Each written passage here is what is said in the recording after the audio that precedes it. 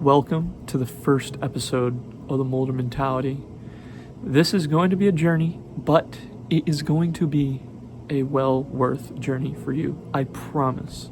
You just have to listen. Let me be clear. My intentions are simple. I want to bring new perspectives to your world. You don't have to like them. You don't have to apply them, but I am asking you to just listen and take it in and gather new thoughts on life. Because the goal for everybody is building the life you want to live. Whatever it may be, getting to that point is what everybody's trying to do. And the only way you can really get to that point is by understanding every angle of existence. So I talk about building the life you want. That's creating. And if you want to create anything in this world, you need to have a solid foundation, right? You're building a home. Does anybody just start with a roof? No. You lay the foundation first, and then everything else ensues. It stacks upon it. Your mind needs a foundation. So I'm going to release an episode every Monday, every week. Let's call it Moulder Monday. Every week, there's going to be an episode on Moulder Monday. That's going to lay the foundation for your mind. For me, and probably most of you, the week starts on Monday. And all of you know that your attitude, your tone, and your preparation on Monday can determine your entire week. You know, something bad happens on Monday, your entire week, done. But I'm going to attempt to change that for you. So here's what I do every week. I treat every week like a 7-game series. There's 7 days in a week. And if you watch some sports and playoffs like baseball, basketball, hockey, you know they play best of 7, which for people that don't watch sports, you have to win 4 games out of 7, or win 4 before you lose 4. So that's how I treat my weeks. Monday's game 1. Winning game 1 is crucial. It's not the end-all be-all. You lose game 1, the series is over. No, you still got plenty of games to go. But if you win game 1, that sets the tone. Now you have the momentum. Now the eyes are on you. And that's how I treat my Mondays. You know, win a Monday and your week gets rolling. Because then you lose a Monday, well, now you have to play catch up. And the game becomes a lot more difficult. In baseball, you have a bunch of pitchers, right? You have a whole bullpen, but you also have your starters. The starters are usually the best pitchers that can go for a long time into the game. And usually, most all the time, in the playoff series of 7, teams will send their best pitchers, their best starting pitchers, game 1. Why? Because it sets the tone. They want their best guy to go out and win them that game right away. Because they know if they win that game, the series is different. And it's now in their favor. The agenda today is simple. I want to explain why I'm doing this podcast. And I want to explain who I am. And if you even care to listen to me or why you should listen to me.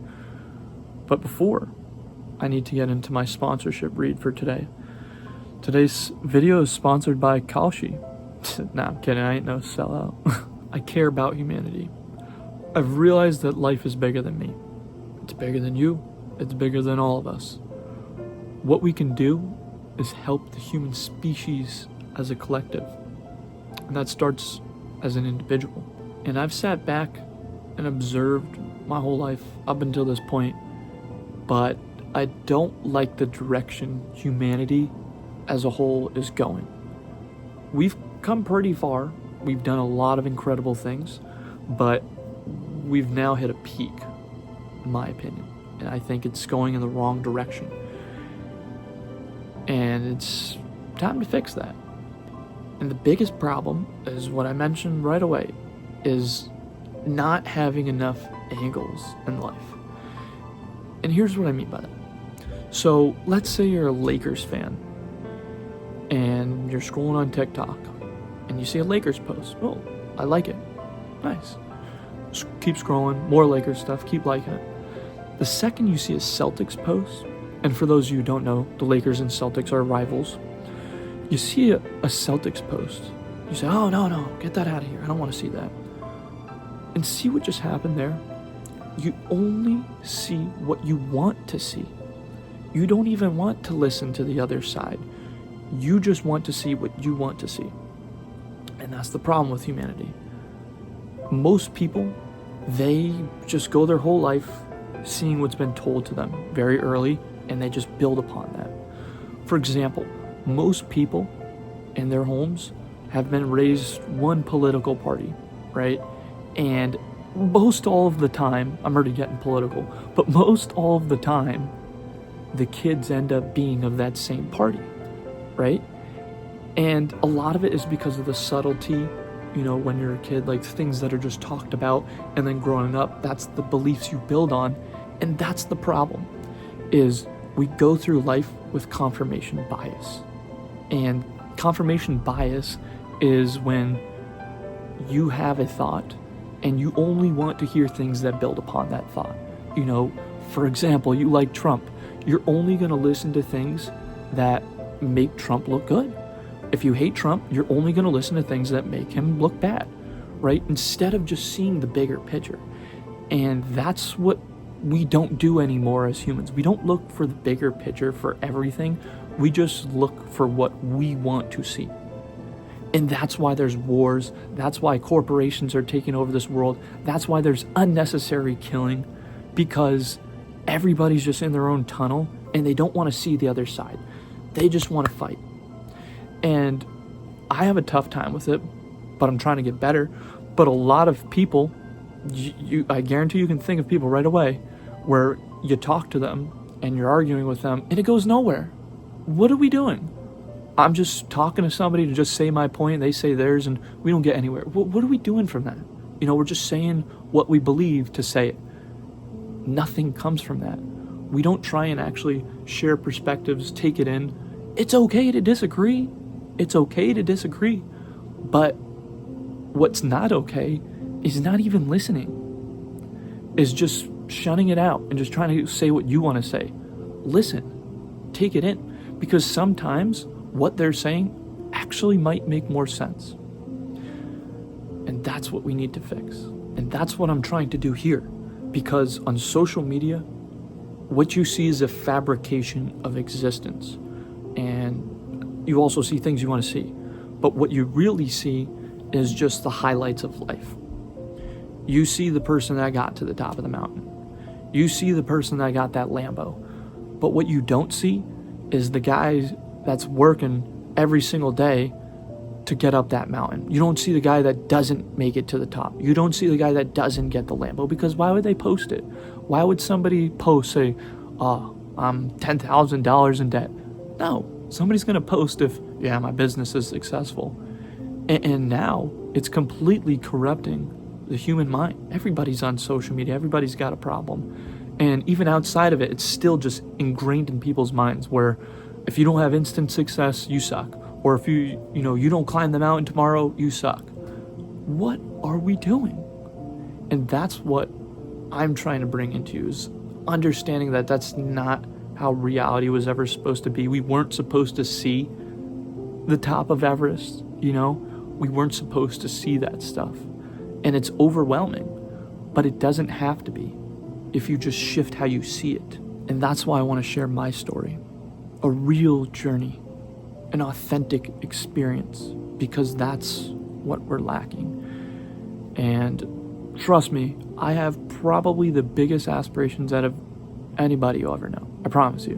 But I'm nowhere close to where I want to be, and I got a long way to go. But it's good because now I can show you how to go from here to where I want to go, right? And I don't care if I fail. I don't care if I post failures. I don't care about that stuff. It doesn't bother me. And my failures might not be a failure for you. My success might not be a failure for you. We all define it differently, and that's good. So I just want to show you my journey.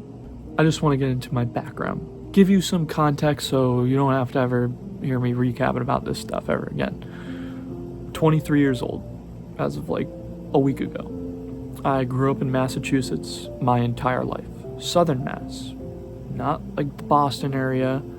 Grew up in Southern Mass where I don't have a singular traffic light in my town. It's basically a farm town. Yeah. Middle of nowhere. So, not the best spawn point, not the worst spawn point.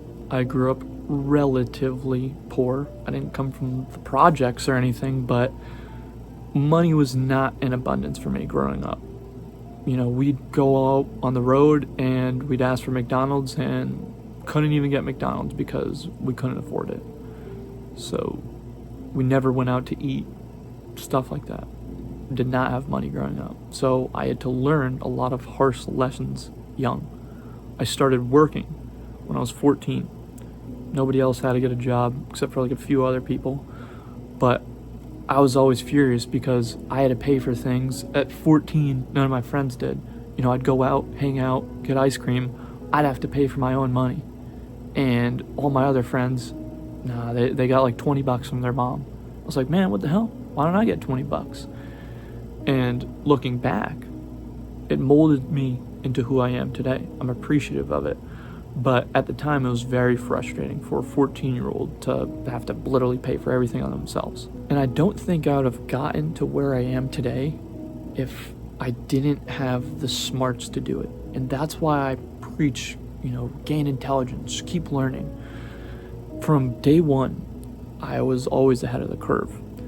My dad was teaching me square roots when I was in kindergarten. People were learning their ABCs, and I was learning 17 squared. It was ridiculous. And my mind just, I don't know, it worked differently. And growing up, I was always just figuring things out differently. I'd be in first grade doing these crazy elaborate math problems, and I'd get 100 on the test, but the teachers would get mad. Why would they get mad when I'm getting 100?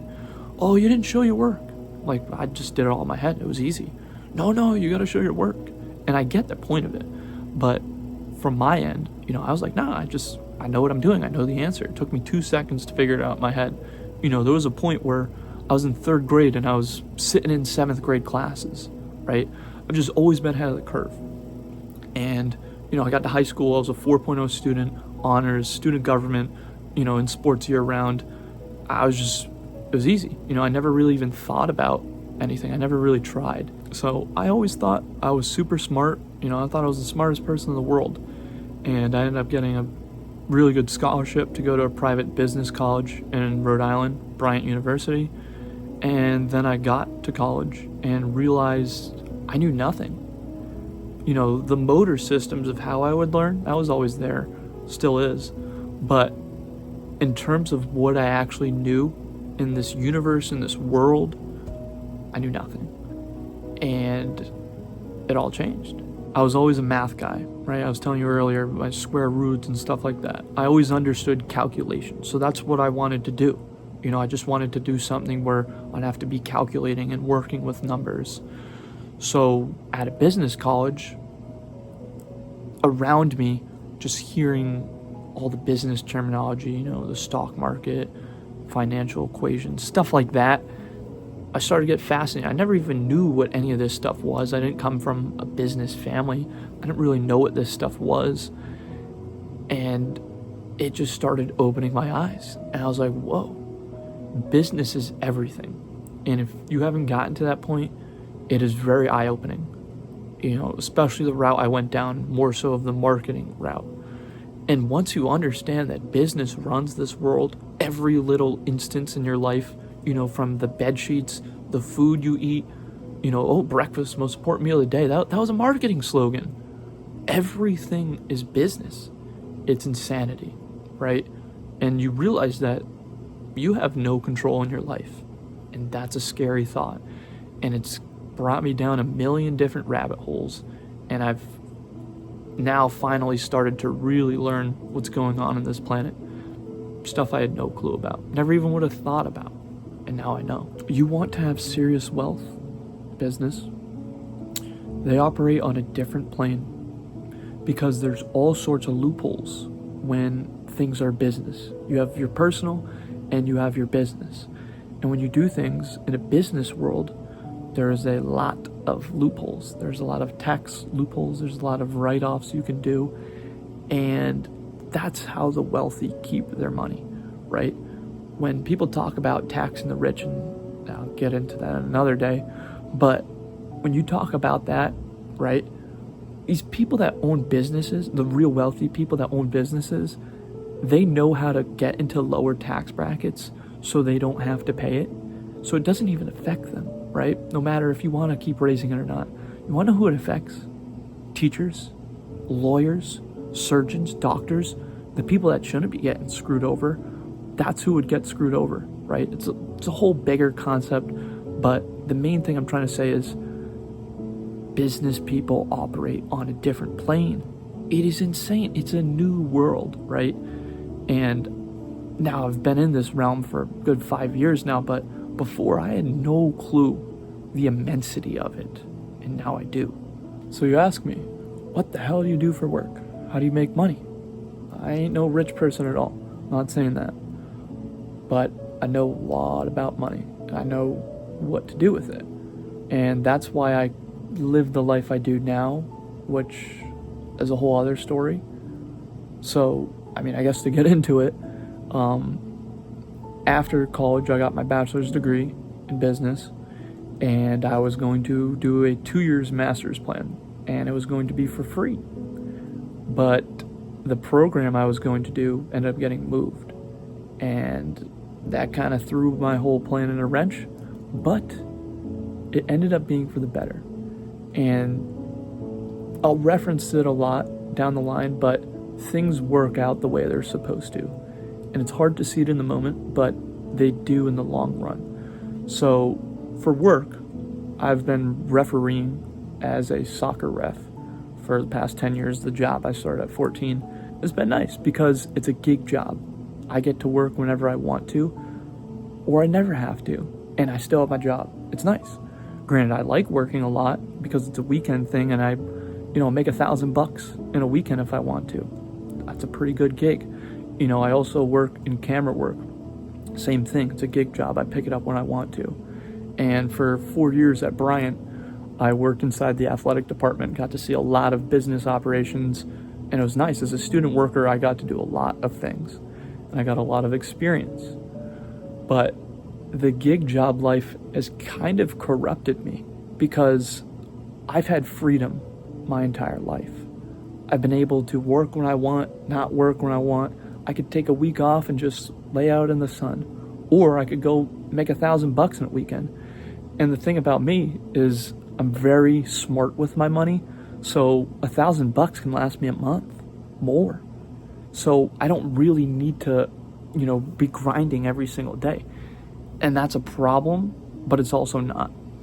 So I've been on this weird philosophical journey recently. This year outside of college has completely changed me because what I've experienced is freedom. The first time in my life I don't have to worry about grades and stuff like that. I've experienced freedom. Some days I work on my business or work on what I'm trying to do, and the next day I'm like, I don't have to. I can literally just do nothing. And it's a gift, but also a curse, And that's something that I've been dealing with for a while now, is like, I like this freedom. Why would I give it up, right? I want to do these big things, but the freedom's so nice. And what's everybody working to? They're working towards freedom. So why not just have it now? Why not be someone who can go run up mountains, do all these things while I'm young and have a life and energy to live, whereas when I'm old, I'm not going to care. And I'm not even going to be able to do that stuff. So why not just live now and then work later, right? But what I've come to conclusion with over the past year of thinking is freedom is selfish, right? I love it, I enjoy it, and I could be free my entire life if I wanted to. I know how to finagle, and I don't need to sit in the matrix 9-to-5 job, whatever. I don't need to do that. But it's selfish because there's so many things I know, so many things I could probably help change humanity with. And if I just care about my own freedom, How does that help anybody? It doesn't. It's a selfish thing. So I need to get uncomfortable, do things I don't want to do in order to help things bigger than myself. Because that's what it is at the end of the day. It's good to live life for yourself, but at the same time, it's also better to live for a bigger purpose. And that's why people have kids. That's why people get married, because it's more than just you. It's somebody else. And that's why, it's a very good experience to, date other people, to realize it's not just about you, it's about somebody else. And that's what life is. That's what humanity is. It's the bigger picture.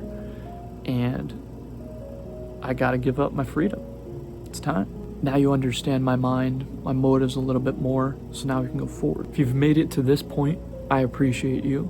And props to you, because if you've made it this far for a first-time podcast, whatever, that takes grit, that takes discipline, right? And that's what winners are made of. That's what the people that get what they want in life are made of. So props to you. You hear me right now, you're going to have a good life, I promise you. And if you keep listening to me, maybe every single episode you don't really care about, but that one episode, that one sentence could change how you see life. And that's what I'm asking, because it's happened to me, where one video I watch, I'm like, whoa, it changes everything. And that's what I think I can give to you. That's all I ask. And that brings us to the conclusion of Season 1, Episode 1. Next Monday, we will get into the origin of the Moulder Mentality, the core principles of what it means, and I promise you it is worth a listen. Appreciate you once again for getting to this point and listening. It means a lot, and it will mean a lot for you. But for now, good luck. I hope to inspire you, and together, we can mold the future.